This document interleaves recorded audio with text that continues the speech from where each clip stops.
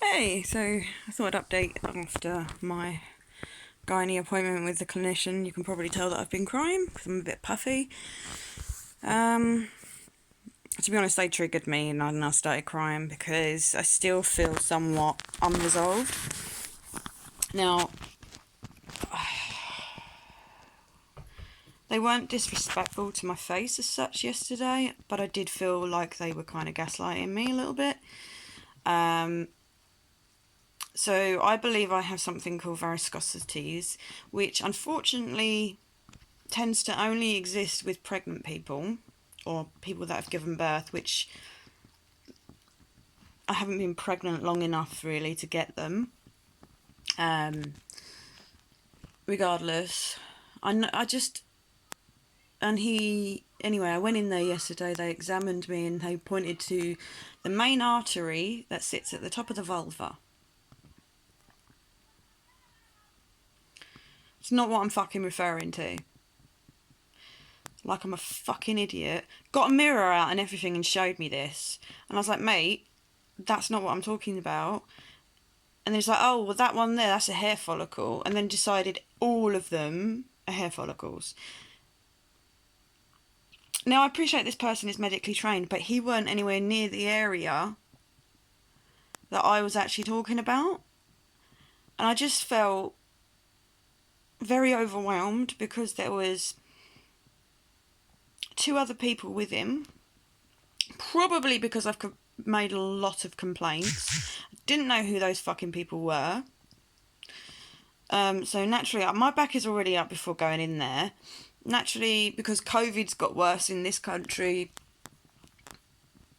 they're being a bit more restrictive. But I was like, no, my mum's coming with me or it's not happening. And he just kind of kept waffling about the hysterectomy. He was like, well, that's not true. We wouldn't tell you that you're too young to have a hysterectomy. We wouldn't tell you that you have to have babies first. But you did. Not him personally, but other doctors have said that over and over again to me. And I'm fucking like, which one of you is fucking telling the truth here? And they basically, he turned around and said to me that the reason why they won't do a hysterectomy is because I'm young. Now, how I'm going to put this is because I am of a certain age, and it's not cancer, and it's not life-threatening, the CCG, which is basically the people that fund the NHS in general and make rules, they apparently will not fund a hysterectomy for a near 35-year-old person who has been having period issues for a long time if they haven't tried all the other treatments first. And they're even quite reluctant to do an ablation because there's a possibility I might have a condition called adenomyosis. That's fair. So that apparently the coil is the best option for that. But you're not going to know if I've got adenomyosis unless you take my uterus out.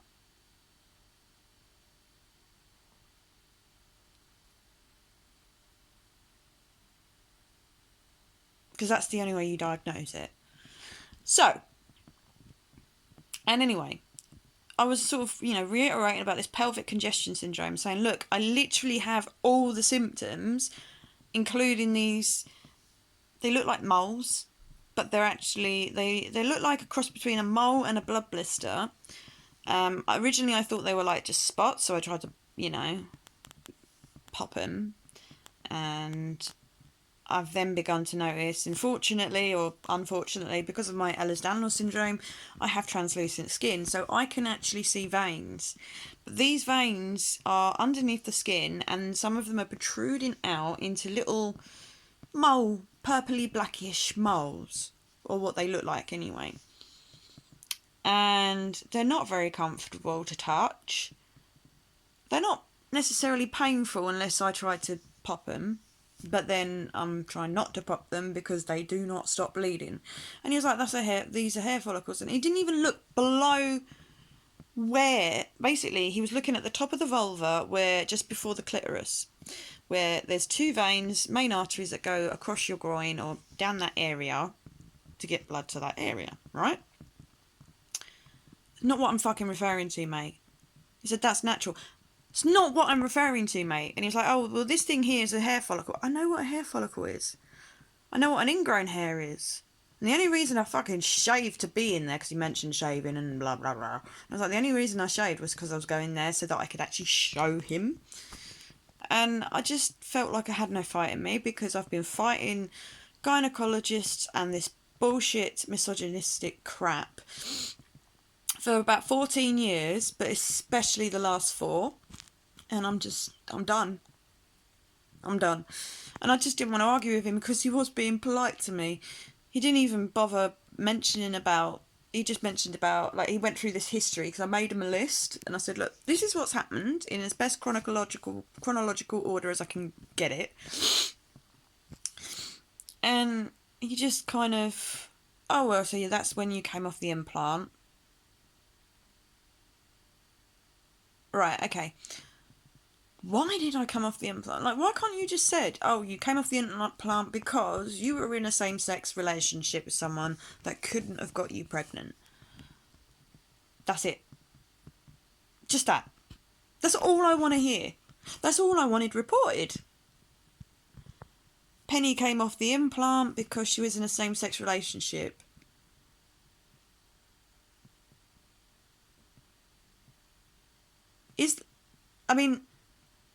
That's simple, right?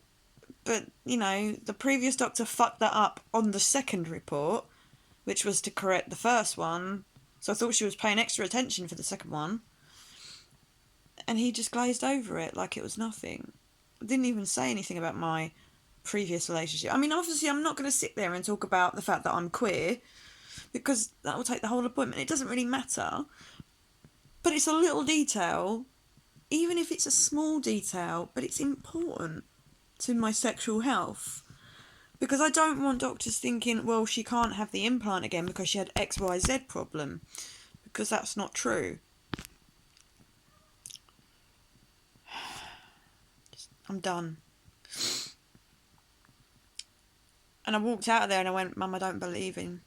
I do not believe that's the case. I do not believe it's because due to funding. Because I've been told this bullshit before by the pain team, that I can't have physio because of funding. I can't have certain medication because of funding, because of my age, because of what other bullshit they used to... Honestly, the reasons used to change a lot. So them going for the last God knows how many years and me going, I'll just take my uterus out, or whatever it was. You know, even some of the treatments that... Even when I had my ovarian cyst thing, it could have affected my fertility. They were banging on about it.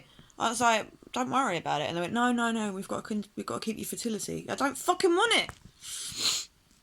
And so for the past 4 years alone, because I've been wanting an ablation or a hysterectomy, they've been so hell-bent on focusing on my fertility and that I'm too young, or fertility, and that's why they won't do it, and now it's apparently funding. Why can't you said that in the first place if that's the case? I just don't believe it. I'm really sorry, I don't. So I've contacted this ECG by email. If they don't reply, I'll be calling, because I want to know the fucking truth. Because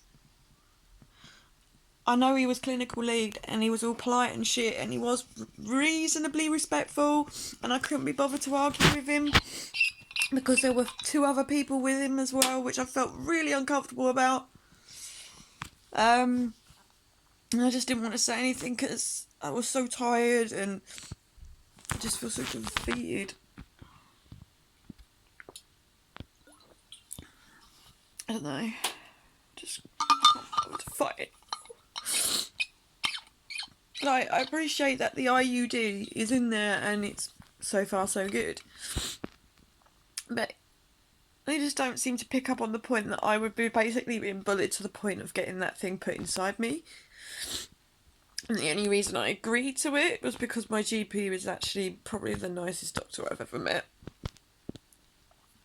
I still don't want it in there. I still don't want it. I mean, if it works, fine. I'll agree to keep it in for the duration of however long it works for. If it doesn't, it's coming out by month 3, because if they don't remove it, I'm going to.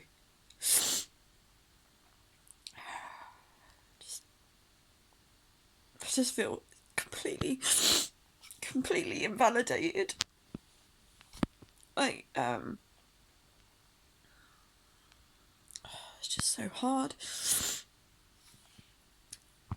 You know, there's not. I know they're clinical. You know, they've got to be clinical, and they're not mental health people, but they just don't give a fuck about your mental health.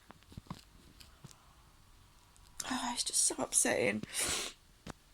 I'm still going to take the other complaint regarding the previous gynecologist I've been speaking to recently, by his staff member, I suppose you could say, or the person beneath him.